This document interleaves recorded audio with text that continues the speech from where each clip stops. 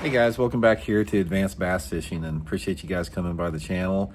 And guys, today I just want to do a quick little video and have a conversation on soft plastic lure color in terms of not specifically like specific colors, but I want to talk about general hues of colors that you want to use in different type of water conditions. Because one of the things about soft plastic lure colors is it's pretty intimidating as far as if you go to like a tackle store or something. You'll look up on one of those walls that have all the worms and creature baits on it, and they'll be got hundreds of different options, different colors, different type of flakes in it. Just, where do you begin with? So I want to give you guys sort of some tips and advice on what to look for as far as the colors you need, which you don't need a lot of colors in terms of the conditions that those lure colors work the best in. So we're going to get into that today's episode. And also guys, if you're looking to buy some soft plastics, I will have my Tackle Warehouse link in the description of the video. If you guys want to order some stuff using my link, that's a good way to help advance bass fishing, and appreciate that. And also guys, thank you very much for everybody that's taking time to hit the subscribe button here to the channel, or sign up for a channel membership or a Patreon member. Really appreciate that. Okay, one of the things that you'll drive yourself crazy with, and you can't do it because, you can't carry, 150 different colors in your box, is you got to determine what are the best colors that you have. And I want to tell you guys right off the bat, as far as the color selections that you need are pretty limited. You need some type of a green pumpkin. You need some type of a watermelon color. You need some type of like a June bug color, which is like a purple with green flake. And you need some combination of black, like, solid black or black and blue or black and chartreuse tail, something like that. But the green pumpkins, watermelons, June bugs, and some version of black. Now, the color specifically, there's a lot of different like things that, you have green pumpkin with purple flake, green pumpkin with red flake, watermelon with red flake. You got, black and blue tail, black and, just black neon. There's a lot of different options, but don't think in terms of that, because whatever you think, whatever type of flake that you like, it's not going to make that much of a difference. It's more of a confidence thing. But think in terms of those 4 different color patterns: watermelon, green pumpkin, June bug, and some type of black.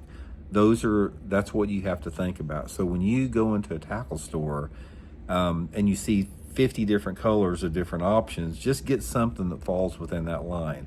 It's not going to make any difference, guys. If you choose a straight green pumpkin versus a green pumpkin purple flake, green pumpkin red flake, green pumpkin blue flake, whatever, it's not going to make that big of a deal. It's really not. I have experimented with it. Same with watermelon. Same with whatever.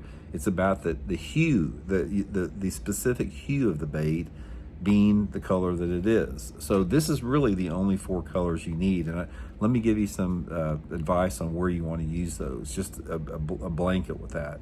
Most of the time, if you're fishing water visibility that's under like 1.5 feet, this is the only time that you really want to use a black or a June bug color, those darker colors like black and June bug. If the water visibility is that clarity and you have average sunlight conditions, like just a partly cloudy sky, which more than not, we have partly cloudy skies to some level.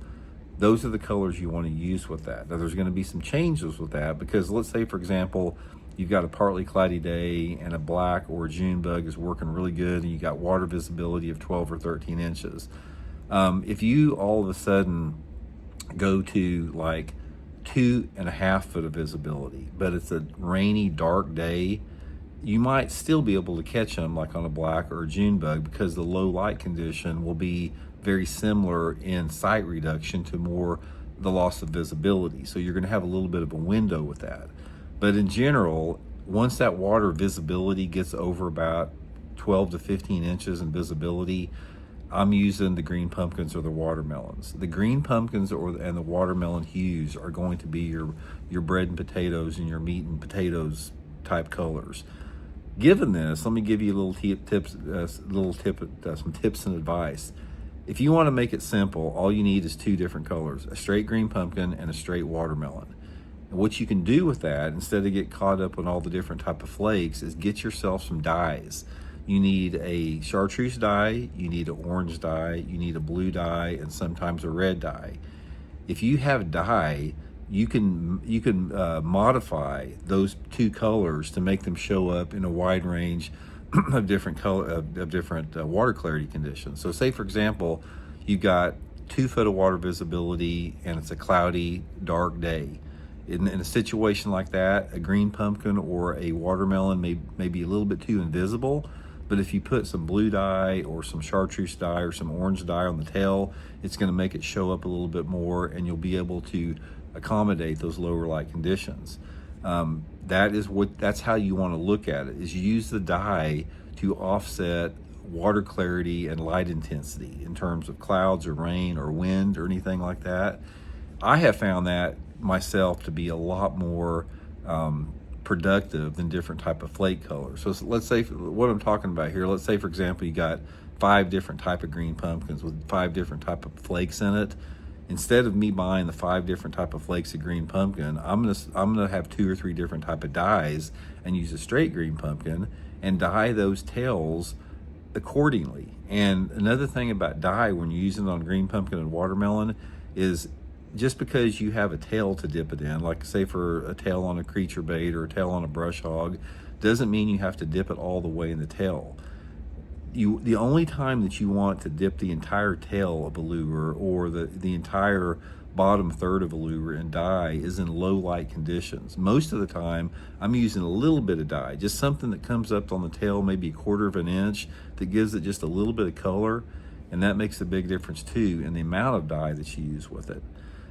So the main thing about the video, guys, is the reason I wanted to do this is I just don't want everybody to get intimidated by all the different variations and colors out there, because I'm not saying that I'm not saying it doesn't add up to a fish or 2 more sometimes. Sometimes, yeah, maybe if you're using a green pumpkin worm and somebody with you using a green pumpkin and purple flake, yeah, occasionally maybe the guy with the green purple on any given day might catch 2 or 3 more fish than you do. It's not going to make that much of a difference overall, but that difference with the dye will make a big difference. And dye is pretty much relegated to green pumpkins or watermelon, because any type of a darker color does not hold dye well. It doesn't look the same. If you try to dye a black or June bug worm in chartreuse dye, it turns out to be like baby poop green. It doesn't look very good. So the only time that I do dye is with that. Now, one thing you can do, let me give you a little piece of advice here, is if you want to experiment with some colors, get some black dye and take a watermelon worm, dip about 80% of the worm in the black dye so the worm becomes black, and then you'll have a little bit of a watermelon tail left on it, which will hold dye, and then you might be able to dip it in blue or chartreuse, and you've got a black with a blue or chartreuse tail on it that stands out really good. So that's a real good tip there, guys, that I just shared. I may do another video on that at some point, but anyway, hope it helps you guys out. Just a few more thoughts on fishing. We'll check in later.